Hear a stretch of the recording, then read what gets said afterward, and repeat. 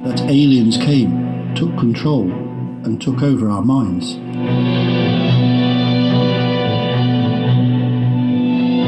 The fact is this: ancient artifacts across the world reveal non-human intelligent creatures at the hands of machines and weapons and superior to the ordinary human beings below them. Historians know this, and yet they themselves create fanciful explanations that simply do not explain this whole story. Align the texts with the artifacts, and add into this the altered states humans experience, and we have but one conclusion. We were invaded, and we are right now, to this very day, being controlled by descendants of the invaders.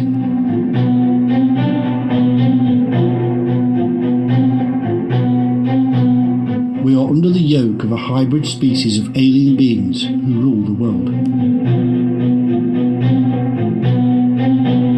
The whole picture is not taken into account at all. There is absolutely no explanation why cultures separated by thousands of miles and thousands of years all come up with the same cultural origins of extraterrestrial, superhuman beings that all look and act the same.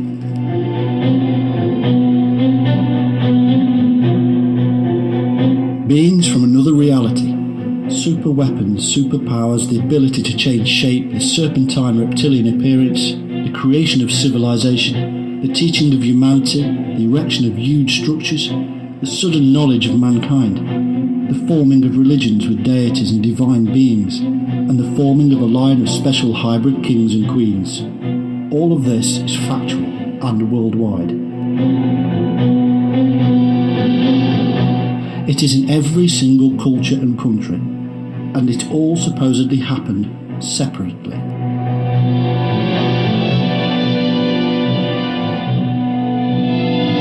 The truth is that these early historians were recording history, not creating myths. And so, as time passed, mankind continued to do the bidding of the masters. They went to the temple or church and worshipped the ancient aliens depicted in light as great benefactors of humanity.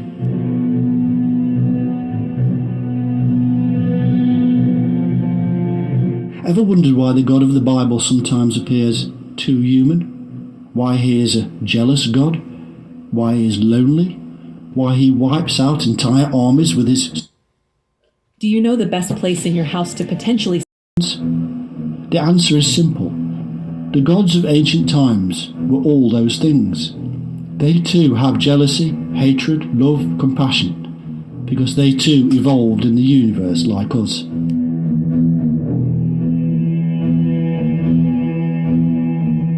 But they are the fittest of the species, and we are not. Until we get our abilities back. We are the prisoners, and they are the gods. They are the fallen ones. We are the now greatest you know children. the answer to that question of why God does the things he does, if he truly is a loving God.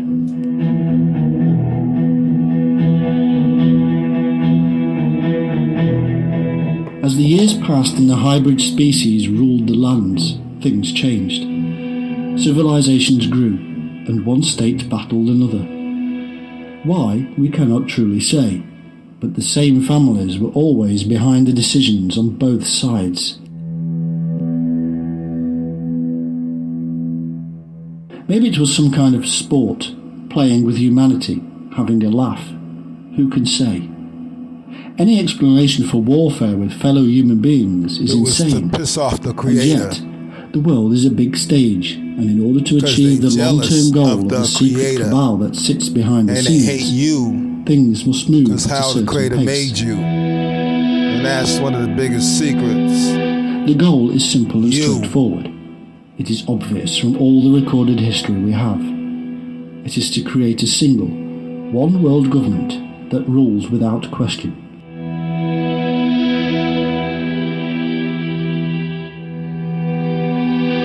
History reveals that the thousands of different states and countries have taken time to form together into ever increasingly larger states and countries or groups. European unions, federations, African unions, and more. It has taken the threat of more warfare and bloodshed to overcome the darker elements of our own psychologies to get to this state. The fear of more death is a strong force.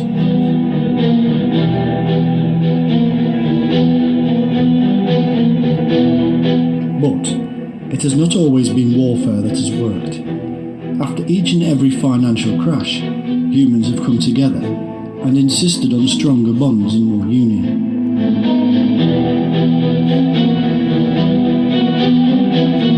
All of this centralises the power even more into one place.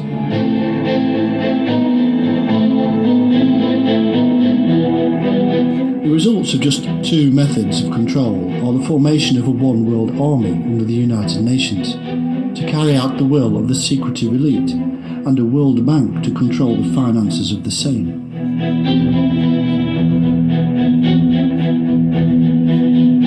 Such power is wielded here that nobody dare rise against it. And all along, the same families are behind the entire scheme. The same families that sit on thrones in glorious palaces, and are still worshipped as gods, and are still given authority by the created religions. These are the same families that the fleeting politicians, who only have a set amount of time in office, court.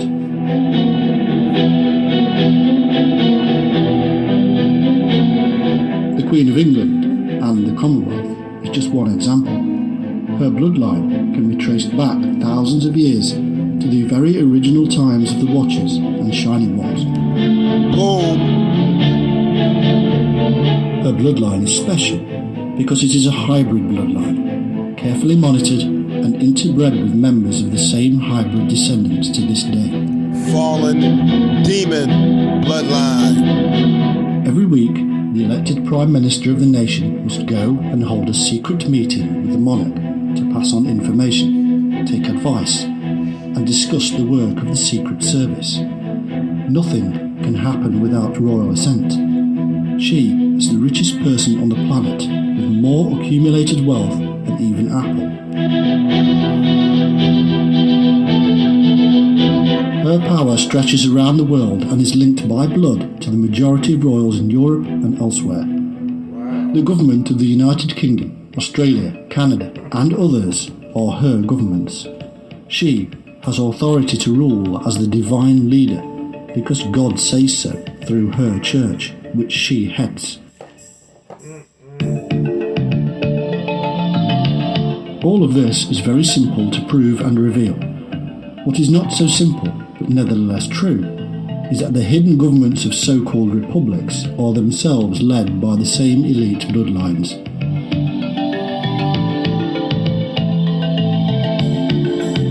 Presidents come and go as heads of state, being elected and deselected.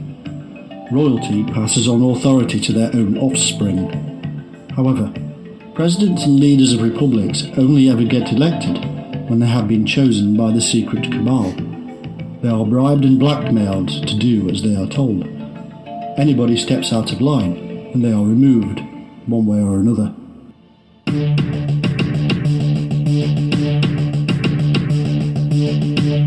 The real governments are the civil servants who work behind the scenes advising so-called elected members. These are permanent members of the government, and these are almost always following in their parents' footsteps. They go to the same universities where they are monitored, manipulated and controlled. They become part of the elite.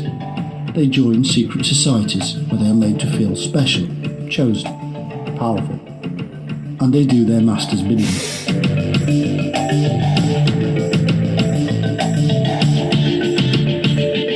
This is how the hybrid men behind the scenes control the world. And it is not just in government. The same bloodlines are also found in religions and in commerce. Take a look at the secret meetings such as the Bilderberg meeting. Powerful individuals coming together from across the world to decide on the future of the world. They come from government, commerce, religion, science, and royalty. Who chooses? Who decides on what is to be discussed?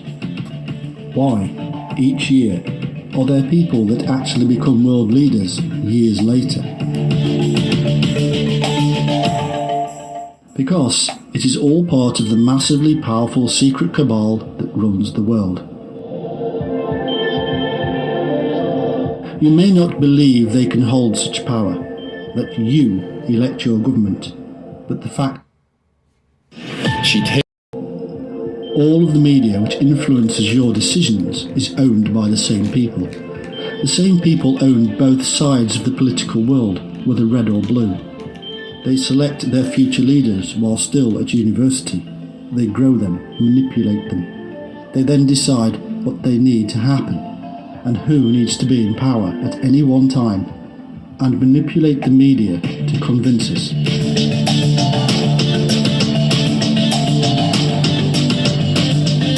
Ever watch the news and scream at it because you know that they are not telling you the whole truth? Why are we being so calm about immigration, you may shout? Why are we not invading the Middle East and stopping all the nonsense? Why do we let China get away with massive human rights crimes? The list is endless, but the answer is the same. The news channels are controlled by the elite.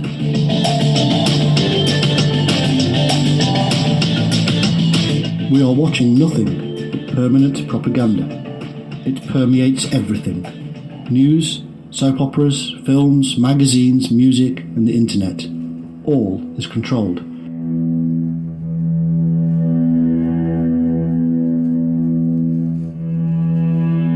In ancient Egypt, the pharaohs created grand works to keep the massive populations controlled and busy. They knew that a bored mind wanders, and they simply did not want their people to wander and wonder too much. The same is true today. In the times before ordinary humans could read, the Christians placed stained glass windows and murals in their churches to show the people what they needed to believe in. Using repetitive chants and songs, they rammed the message home. The same is true today. Pretty films and games entertain us, but also subtly manipulate our minds into believing what they want us to believe. We all know this to be true. Look back at the films created during and after the Second World War, and it is now blatantly obvious that these were propaganda films. In the 1950s and 60s, more German-friendly films were made to slowly adjust us back again. They even gave Elvis a few German lines to sing in order to soften us back up again against the hatred they had previously inspired.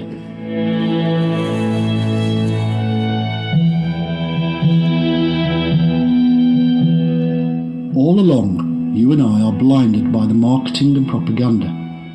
It used to be that we were told what to believe, or we'd be hung and then go to hell. Now they threaten us with financial crises or terrorism that they create, foster and build.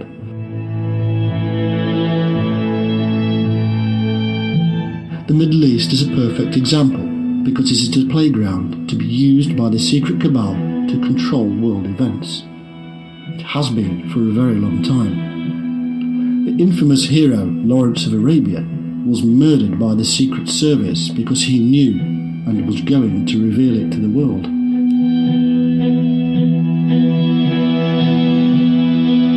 As things stand, the secret services of the West have been undermining the power structure of the Middle East for some time. They claim the moral high ground because they claim to have a thing called democracy. And yet, the leaders they have been toppling are the leaders they previously put into power.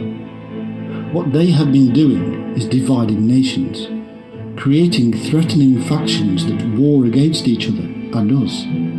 This works beautifully on many levels. It sells more arms. It creates a scared public who look at terrorists as a threat and not their own government. That's an ancient tactic. It weakens all the countries involved, allowing the glorious West to come in and save the day, set up their own puppet governments, and insist that yet more union is required.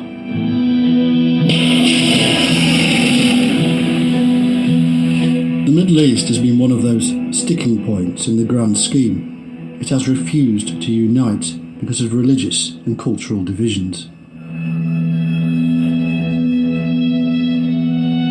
Europe, Africa, America, Australasia, and even the East have all been coming together, forming unions and joining the World Trade Organization, UN, and other one world governing bodies. Middle East has been getting too cocky and needed smashing apart to rebuild. This has been done again and again throughout history. The First World War was a prime example of how a continent was ripped apart and then glued back together again in a different form.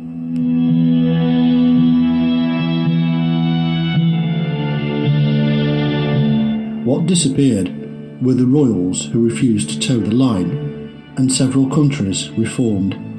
A League of Nations emerged as a precursor of the United Nations, and part of the One World War Revolution was complete.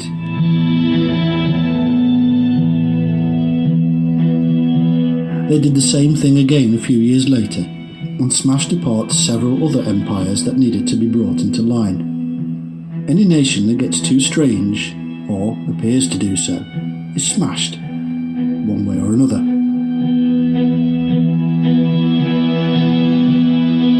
Strength and prosperity is therefore seen only by joining with the one.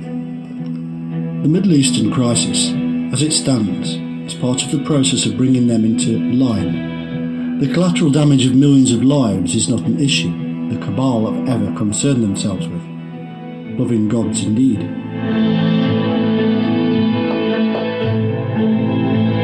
But despair not, for there is actually more to the story. Although we cannot see the entities we are describing without altering our vision, they are there, and there are opposing forces at work. We see everything around us because of a very small part of the wave spectrum. We call it light, but there are many kinds of light, and we only see a slither. Outside of that minor part of the spectrum, there are other things we cannot see. Over thousands of years, there have been millions of people that have seen beyond our normal spectrum, and they have witnessed these other beings. The good guys helping us. One large group who did so and there's were also the bad ancient guys. Shamans. Through the use of drugs and mind-altering techniques, they witnessed the beings all around Bad guys are not trying and to they help left you, records for but us. the good guys are. To simplify, what they told us was that there were good beings and bad beings, and one side waged against the other.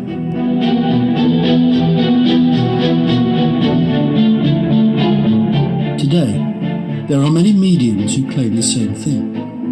However, our ancestors told us precisely what had happened. The Shining Ones came down. They set up the Watchers to control humans and foster civilization.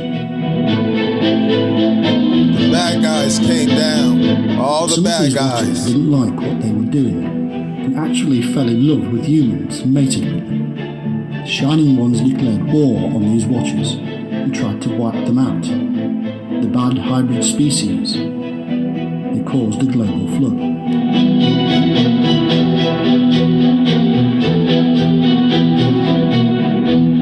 Ever since then, the angels have done battle with the demons, the bad with the good. And we have often witnessed these things, painted them, drawn them, and written down records.